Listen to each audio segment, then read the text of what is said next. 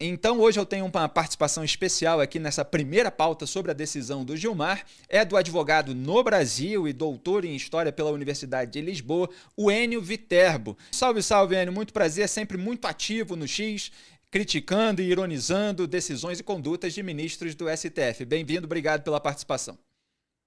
Obrigado pelo convite, Felipe. É uma honra estar aqui com você. Eu te acompanho lá pelo X, pela sua história no jornalismo. Um prazer estar aqui contigo discutindo essas questões. Muito bem. Gilmar Mendes blindou seu aliado Dias Toffoli na sexta-feira, 27 de fevereiro, derrubando a quebra de sigilo da empresa Marit Participações, que faturou milhões de reais do cunhado do dono do Banco Master e que tinha Toffoli como sócio oculto. O que a gente só foi saber bem depois, quando ele era relator do caso Master no STF. O juiz natural de ações que questionam atos da CPI do crime organizado, como a quebra de sigilo lá aprovada, é o ministro André Mendonça. Mas a certeza da blindagem do centrão do STF vem da caneta de Gilmar Mendes. A empresa de Toffoli, então, buscou um atalho para evitar essa quebra de sigilo aprovada na comissão, direcionando o caso ao decano. Para quem não está acostumado com essa palavra, é o mais antigo da corte, Gilmar. Para isso, impetrou uma tutela provisória no mandato de segurança 38187, impetrado em 2021 pela Brasil Paralelo para anular requerimentos da CPI da Covid-19 que haviam determinado o afastamento dos sigilos bancário, telefônico e telemático da produtora.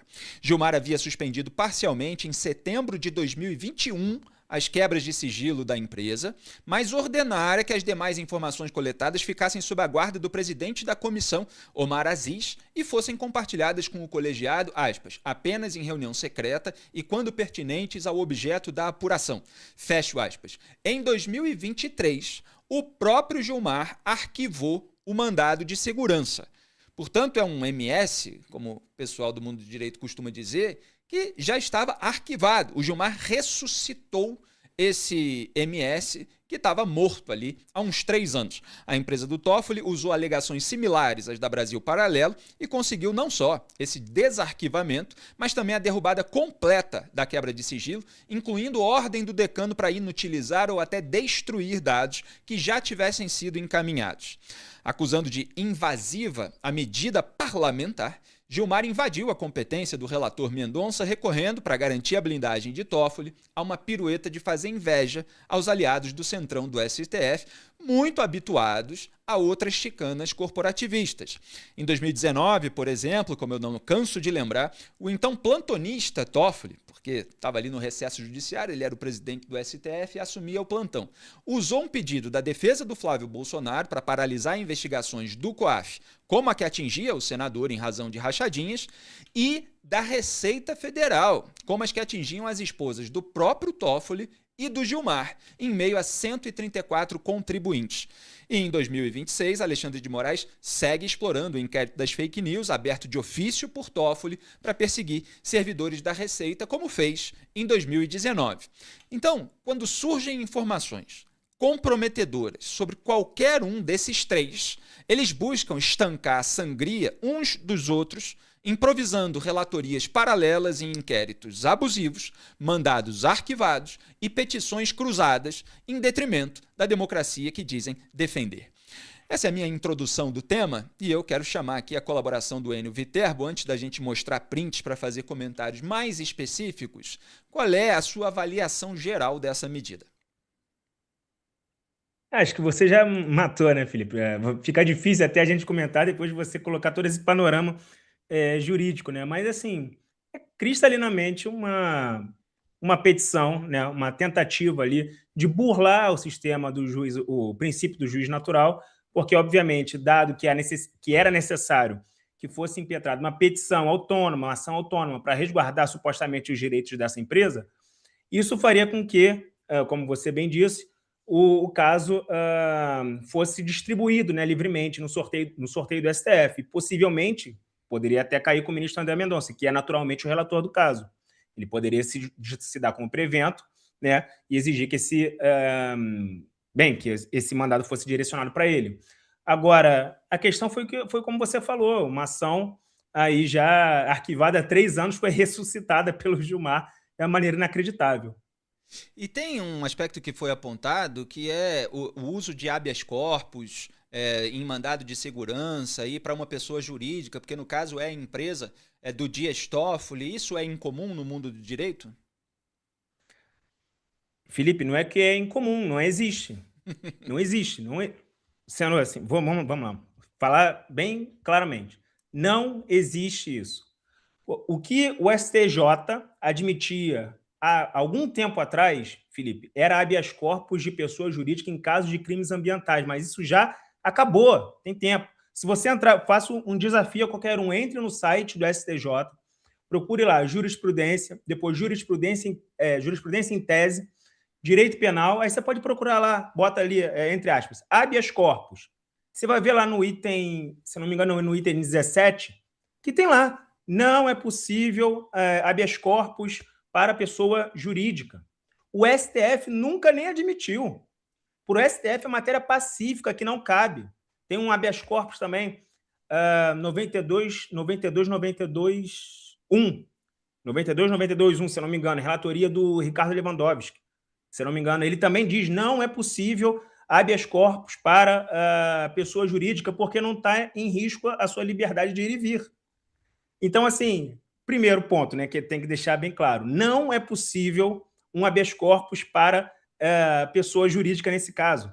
É claríssimo. E aí, o que surpreende mais, Felipe, e aí, desculpa estar me alongando aqui, é que Não se a se gente alongue, entrar no pode ficar sistema do à Supremo Tribunal vontade. Federal, se a gente entrar no sistema do Supremo Tribunal Federal e botar o número do processo lá, vai aparecer paciente, Meredith, ou Merit, não sei como é que é o nome da empresa do Dias Toffoli, depois se ele quiser esclarecer aí para o público, que Ele ele não fique à quer. vontade.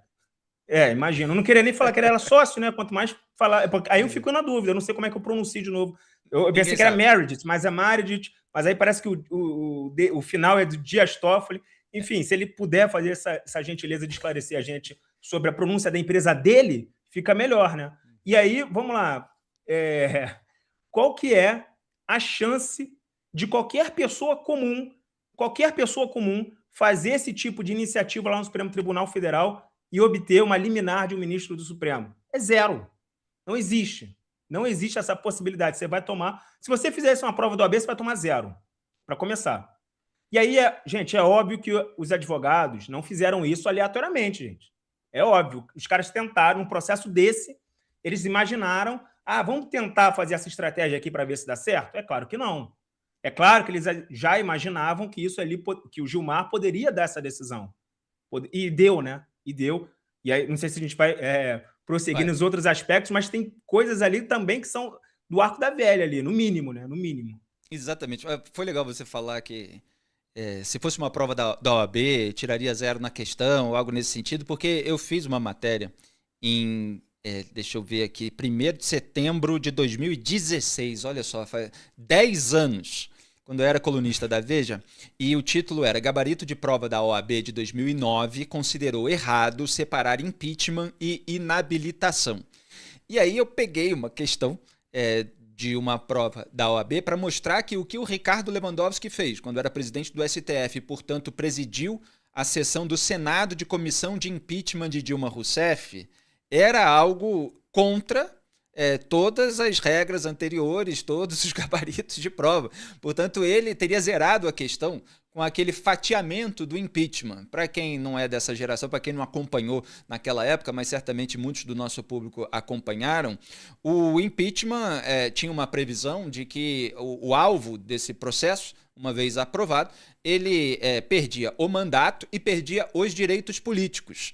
Havia um E lá, etc., no dispositivo original. E o Lewandowski inventou de que a pessoa podia perder o mandato, mas não perder os direitos políticos. O que não tinha acontecido, por exemplo, em 1992, no caso do Fernando Collor de Mello, que foi empichado, perdeu o mandato e perdeu os direitos políticos, precisou esperar 8 anos para depois se candidatar e acabou virando senador novamente. O próprio Collor, naquele momento, o Lewandowski fez a gente concordar com o Collor. Ele se ergueu, levantou ali no plenário do Senado, falou que era um absurdo aquilo, porque ele próprio tinha sido alvo de um impeachment e com ele a lei tinha valido como ela existia originalmente.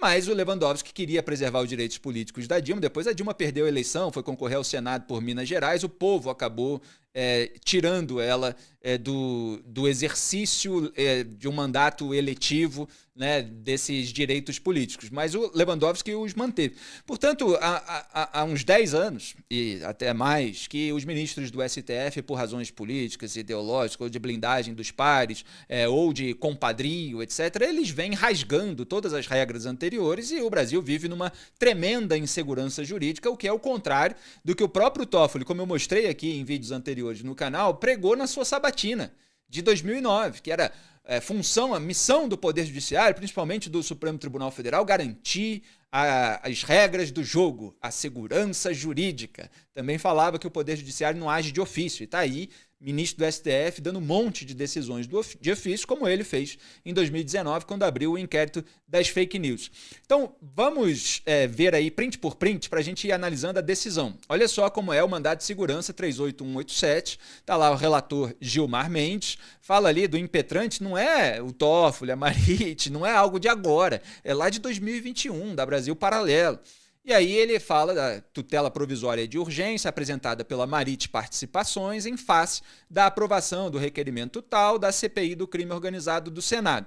Narra que a justificativa, isso é o Gilmar descrevendo a petição apresentada para a abertura da CPI, está associada à atuação, expansão, funcionamento de organizações criminosas no território brasileiro, em especial de facções e milícias. Aliás, esse em especial, eu vou chamar a atenção dele mais adiante. Registra, contudo, que a despeito do fato determinado justificador da instauração da CPI, tem sido aprovados requerimentos que extrapolam os limites impostos pelo objeto de investigação. Próximo print, não vou me estender muito não, pegar aqui só o momento principal da decisão.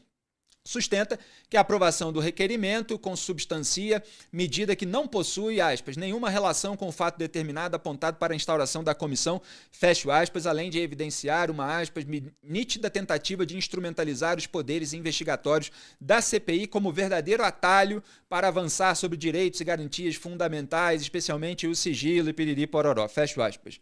Repare, Enio, que a empresa do Toffoli, portanto Toffoli, que evidentemente está aí por trás junto com os irmãos dele, mas é quem entende ali dessas manobras, ele está acusando a CPI de criar um atalho, quando eles estão usando um atalho, apresentando uma tutela no mandado de segurança lá atrás.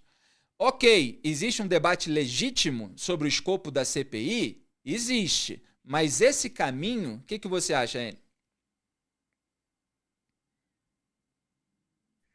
É uma situação, Felipe, tão inacreditável, que assim, foi o que você falou. A gente pode debater sobre se a CPI está passando do objeto dela, passando do objetivo dela. Isso é um debate completamente possível e válido. Se você for aliado do ministro Dias Toffoli e quiser debater isso, eu entendo, compreendo. Agora você me dizer assim, não, o correto então é a gente debater isso, a empresa fazendo um pedido de tutela lá no mandado de segurança arquivado há 3 anos atrás, e não era nem a mesma CPI, porque você pode pensar assim, a CPI tem um prazo, né, para ela começar e um prazo para ela terminar.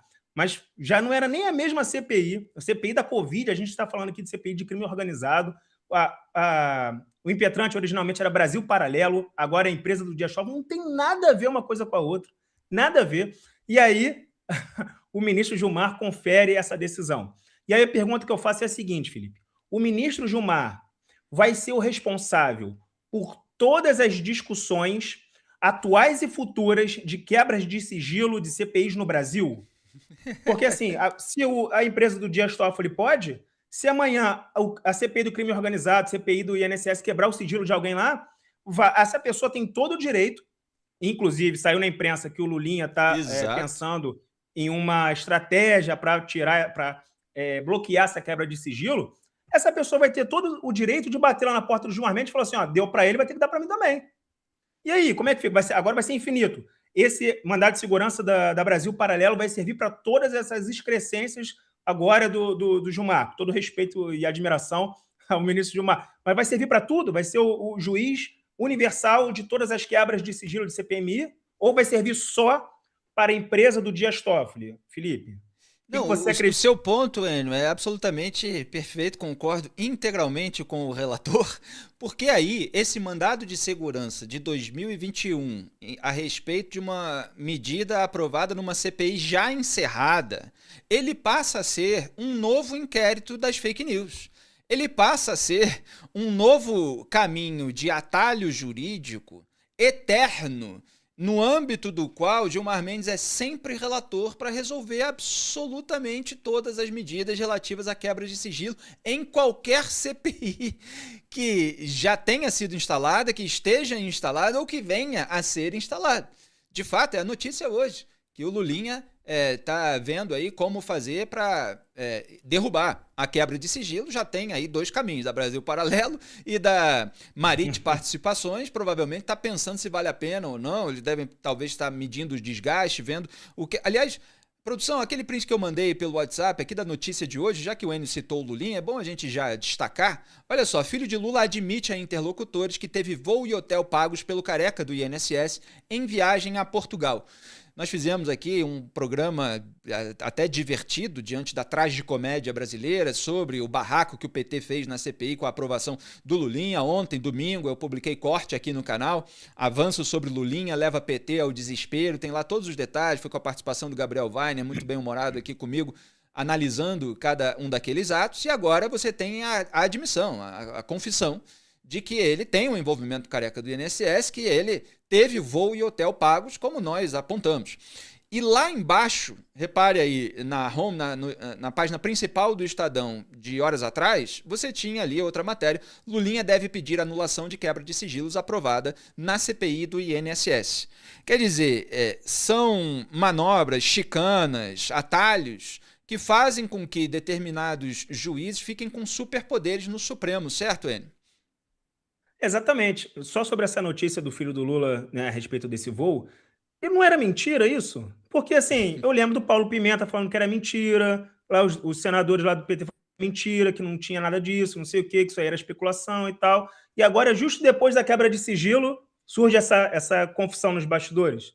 Justo depois da quebra de sigilo. Eu acho curioso como é que os interlocutores começam a confessar as coisas depois que depois que as investigações vão avançando. Mas só voltando sobre a questão do mandado de segurança, do habeas corpus, etc. e tal, é engraçado, Felipe, que eu espero que tenha ocorrido algum erro, sendo bem sincero, no Supremo Tribunal Federal, na serventia, no secretariado. Eu não sei quem cometeu esse erro, porque é o seguinte, eu fui atrás do habeas corpus, porque o ministro Gilmar Mendes ele transfere isso, esse pedido nesse mandado de segurança, em um habeas corpus para uma empresa, né? Já é uma excrescência, um absurdo completo de ser colocado lá no Supremo Tribunal Federal.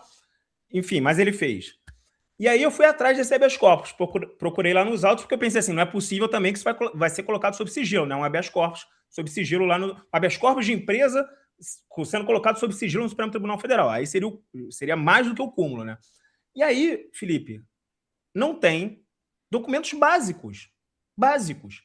Imagina, eu desafio, novamente, desafio qualquer um entrar, você responde, você é empresário, tá? Você que é empresário, te desafio a você entrar na justiça, uma ação pela sua empresa, em que você não apresente o contrato social da sua empresa. Não estou falando de você MEI, não. Estou falando, você tem empresa grande, médio, grande, entra com uma ação na justiça sem o contrato social. Entra com uma ação na justiça sem o contrato social e sem a sua identificação. Vê o que acontece.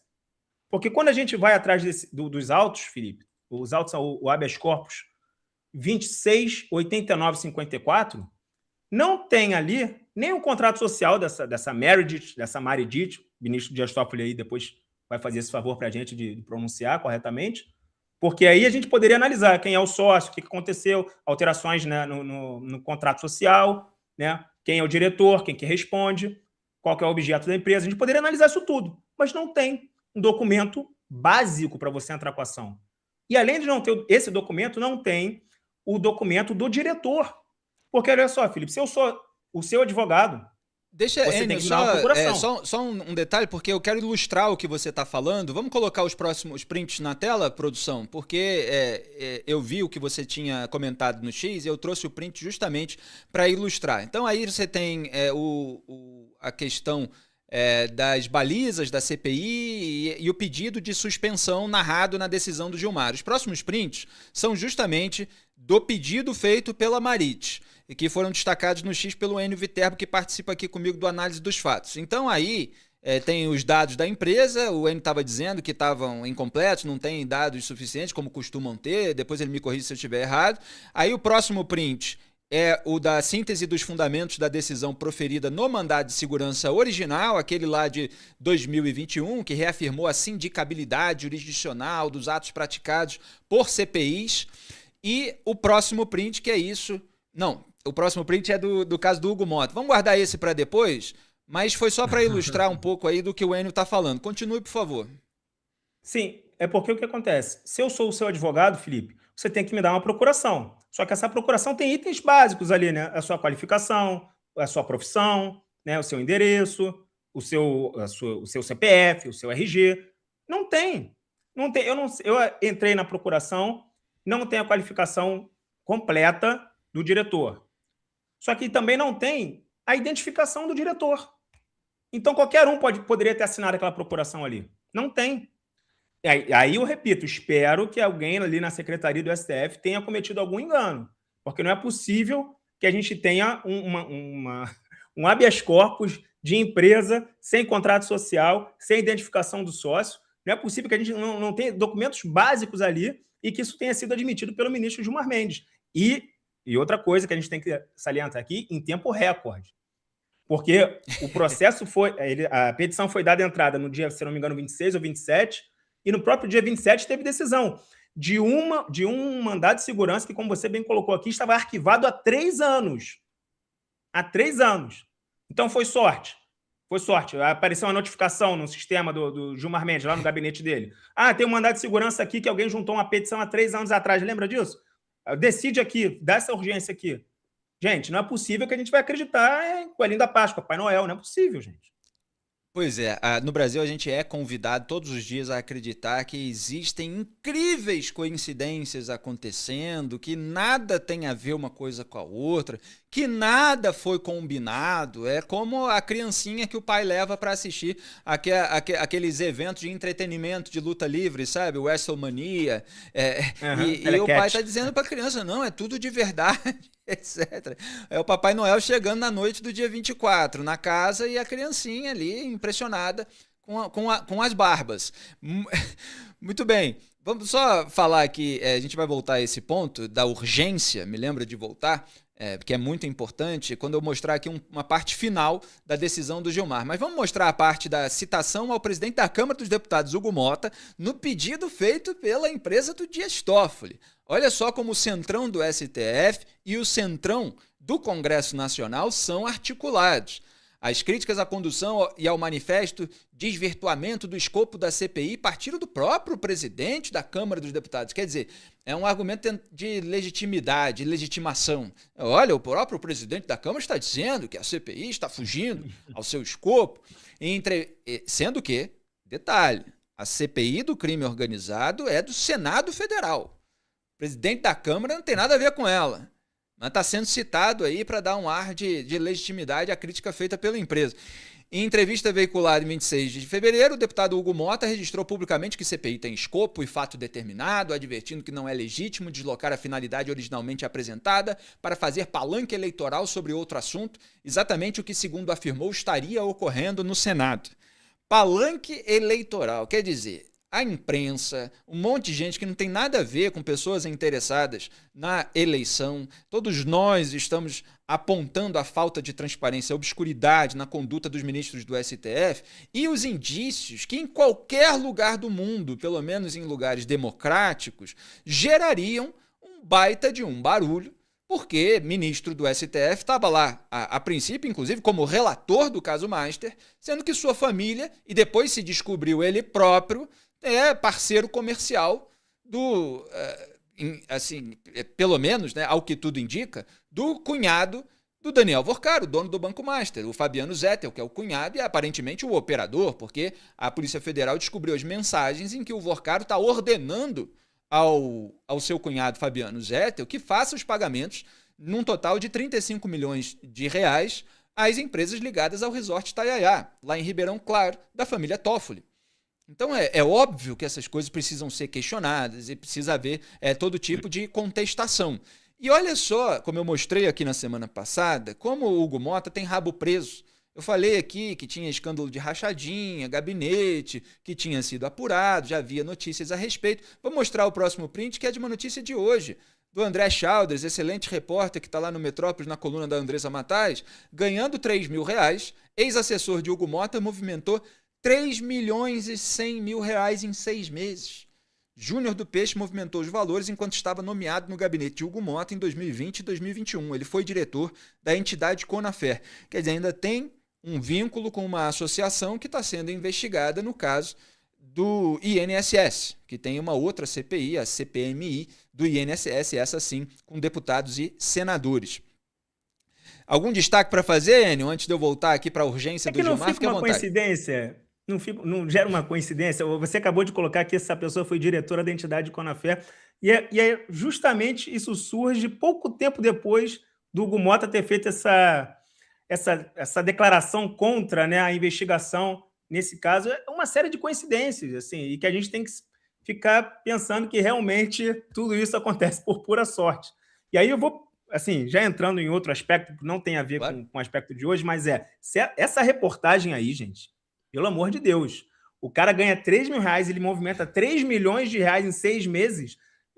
Não é possível. Isso já tem uma outra reportagem que eu lembro também contra o Hugo Motta sobre funcionários fantasmas. Agora eu não lembro se foi no Metrópolis ou se foi no Estadão. Mas Sim, eu me pergunto, Felipe, aonde está o Procurador-Geral da República? O Bonet está dormindo? O Metrópolis não chega até ele? O Estadão não chega?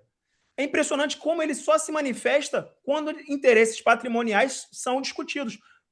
O Felipe, a gente está aqui discutindo esse tipo de excrescência jurídica de Alexandre de Moraes, de Gilmar Mendes, de Dias Toffoli. Está discutindo isso aqui há anos que a comunidade jurídica, né, discute esse tipo de iniciativa. Sim. Ele só vem discordar do Supremo Tribunal Federal quando os interesses patrimoniais da elite do funcionalismo público foram desafiados pelo próprio STF, quando suspendeu a questão lá dos penduricalhos. Exato. E que, obviamente, não era uma decisão, vamos dizer assim, com honestidade intelectual e institucional, era uma decisão apenas para tentar segurar a opinião pública, né, contra o próprio STF. Então, na minha opinião, tá, Felipe? Claro. Foi uma decisão só para ali segurar os ânimos da opinião pública, mas foi só aí que o Paulo Gonet foi falar alguma coisa.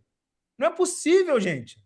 Eu vou ter que falar cada vez mais baixo, senão a gente acorda o Paulo Gonet, porque não é possível que a gente está em 2026, o cara é PGR desde não sei quando e nunca se manifesta sobre nada disso. Não é possível. Agora eu quero ver o que vai falar sobre esse tipo de iniciativa aí do ministro Gilmar Mendes. Ou vai ficar quieto de novo? Provavelmente vai ficar quieto a respeito de uma decisão do seu ex-sócio. Até o momento ele não contestou nenhuma das decisões do Centrão do STF da devida maneira.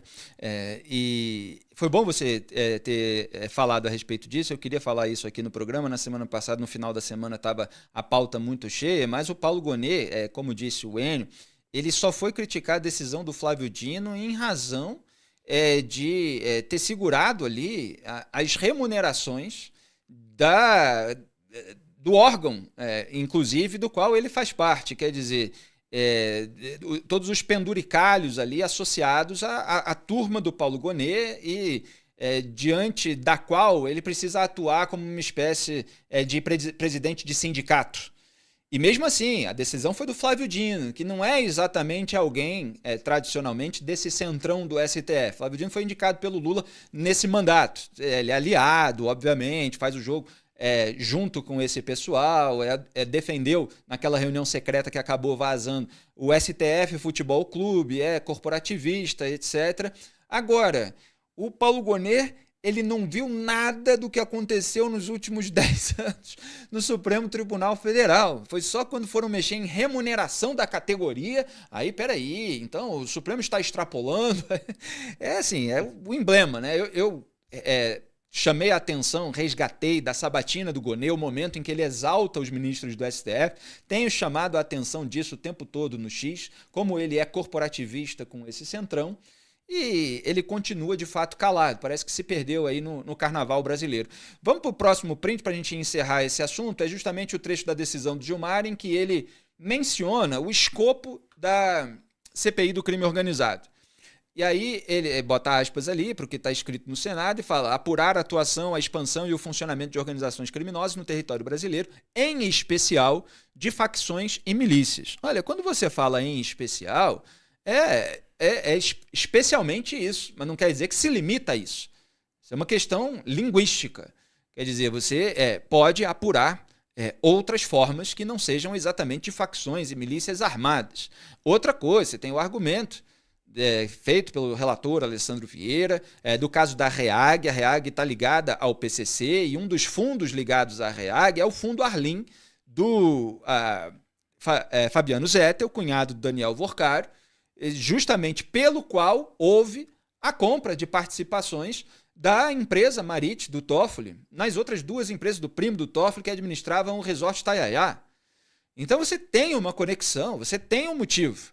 Ok, isso aí pode até ser questionado, agora não dá para ser num mandado de segurança enterrado. E ainda que fosse questionado, você tem argumento para manter a quebra de sigilo em razão dessas conexões, ainda que o escopo dissesse que, olha, é exclusivamente sobre facções e milícias, porque você tem um vínculo com a REAG, da qual o Fundo Arlim fazia parte. Então, repito, em especial, portanto, você tem uma margem ampla e você tem aí todas essas outras conexões. Algo a acrescentar, Enio? Sim, Felipe, brevemente só. O ministro Gilmar Mendes, ele... E aí é um ponto acessório que você está colocando aqui, que já é sobre a questão das provas. Sobre essa questão do mérito, eu acho válido as pessoas discutirem, não vejo problema. A questão é a forma como isso foi feita. Só que essa forma foi tão esdrúxula, foi tão absurda, que a gente tem um óbvio dever de analisar isso, não só do aspecto jurídico, quanto do aspecto político. Porque isso foi cair justo com o ministro, né, que deu aquela decisão modificando o trecho da lei do impeachment para blindar os ministros do STF. E agora ele atua novamente para blindar o ministro do STF, Dias Toffoli. Quando as declarações dele, naquela reunião secreta que o Felipe acabou de mencionar, também foram no sentido de apoio ao ministro Dias Toffoli. E aí ele dá uma decisão convertendo um pedido de uma empresa em um habeas corpus para essa empresa, blindando, e a empresa que é do ministro Dias Toffoli blindando esse ministro, gente. Não é possível que a gente acredite que isso foi coincidência, que o ministro Gilmar Mendes está tratando esse caso como se fosse qualquer outro caso. Não está. É claro que não. É claro que essa atuação é em função do cargo do ministro Dias Toffoli, de serem colegas de corte, isso é óbvio. E agora eu pergunto uma outra situação vinculada a essa questão do mandado de segurança e do habeas corpus. Ele mandou destruir as provas. Exato. Só que ele deu a decisão em um caráter, vamos dizer assim, de liminar. Ele converteu em habeas corpus e deu essa liminar. Se essa liminar cai, o que acontece com essas provas? Pois é, vamos mostrar o print, o próximo aí, que é justamente sobre a parte da destruição que eu tinha destacado no X. Quer dizer, você tem antes ali a própria colocação do Gilmar, que deve ser feito, levando a justificativa exposta pela CPI, e aí nesse ponto o Gilmar diz que é indene de dúvida que toda fundamentação gira em torno de fatos e notícias envolvendo organizações e facções criminosas armadas que aterrorizam o cotidiano. Quer dizer, ele diz que não tem dúvida nenhuma quando você tem lá no texto, na verdade, um em especial, porque seria ali uma prioridade da CPI, não que a CPI se limite àquilo. Mas é claro que o Gilmar faz aí toda a sua manobra, inclusive argumentativa. Aí o próximo print é justamente sobre a questão da destruição. E eu até chamei a atenção sublinhando aí, ele concede de ofício o habeas corpus para declarar a nulidade do ato da CPI, portanto da quebra de sigilo. E aí ele fala, olha, ele determina que os órgãos, empresas e entidades destinatárias de tais ordens, quer dizer, aquelas que deveriam cumprir a ordem da CPI, abstenham-se de forma imediata de encaminhar quaisquer informações e dados com base no requerimento. Caso informações ou dados já tenham sido encaminhados, determino a imediata inutilização / destruição. É da série assim, ó, se quiser destruir, tudo bem. Está autorizado. Sob pena de responsabilização penal e administrativa. e aí se comunica com urgência, etc. Olha, imediata inutilização e destruição. É para provar aqui que a gente não está inventando, não. Se já tiver sido encaminhada alguma coisa, destrua. Me fez lembrar até aquele depoimento do Léo Pinheiro, no âmbito da Lava Jato, quando ele estava relatando o encontro com o Lula, e ele relatou, isso está documentado, tá? É um vídeo, que o Lula virou para ele e falou: se tiver, destrua, se referindo a determinadas provas. Mas isso que a gente está vendo aqui não é um colaborador premiado fazendo um relato sobre alguém que teria atuado com ele, etc. É um ministro do Supremo Tribunal Federal mandando destruir provas que já tivessem sido encaminhadas, provas que podem comprometer um colega dele, aliado dele. Então, assim, é muito grave aquilo que a gente está vendo no Brasil. Tem mais algum print, produção, em relação a... Não, a gente encerrou, então eu quero as considerações finais do Enio Viterbo. Felipe, é um prazer imenso estar aqui. Acompanho, sempre que eu posso, acompanho você, acompanho os seus posts, acompanho os seus programas. Então é realmente um prazer muito grande estar aqui com você. Muito obrigado pelo convite. E só gostaria que a audiência, né, quem assiste esse programa, ficasse ciente disso. Gente, não é só uma opinião que a gente está trazendo aqui, são questões técnicas, mas não são questões técnicas de última análise do linguajar dos anjos. Não é, gente, são questões básicas aqui, básicas, tá? Básicas. É pessoa jurídica como paciente, um habeas corpus impetrado no Supremo Tribunal Federal pela empresa da família do ministro Dias Toffoli, da qual ele é sócio, que caiu com a pessoa, caiu com o juiz que apoia ele nesse caso. Gente, são questões aqui, assim, evidentes de uso político do Supremo Tribunal Federal, infelizmente. Infelizmente. Então, gostaria que todo mundo continuasse acompanhando esse caso, porque isso não pode esfriar, isso não pode morrer, nem como, repito sempre que posso, nem como o caso do contrato da senhora, a esposa do ministro Alexandre de Moraes, mais de 100 e tantos milhões de reais, que a gente sempre tem que lembrar para que também não caia no esquecimento. Exatamente. E só um último ponto, Enio, muito rapidamente. O relator da CPI do crime organizado, Alessandro Vieira, disse que vai tentar derrubar essa decisão do Gilmar Mendes em todas as frentes possíveis, vai fazer aí, já deve estar fazendo, porque ele é bem incisivo e bem obstinado aí em levar investigações adiante sobre ministros de tribunais superiores. Ele vai fazer todo o estudo técnico aí para ver qual é a melhor maneira, se existe alguma. Agora, o que a gente vê é um silêncio do presidente da corte, Luiz Edson Fachin, do relator André Mendonça.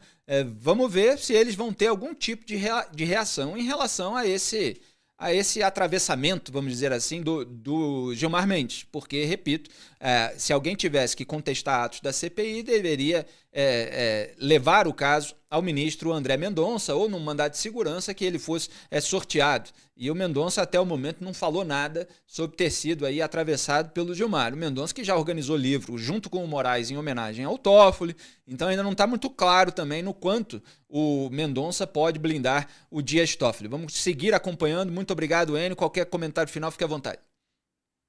Muito obrigado pelo convite, Felipe. Vamos esperar para ver se o ministro André Mendonça vai reagir a esse atropelo que o Gilmar fez em cima dele. Mas é isso, gente. Muito obrigado. Adorei estar aqui.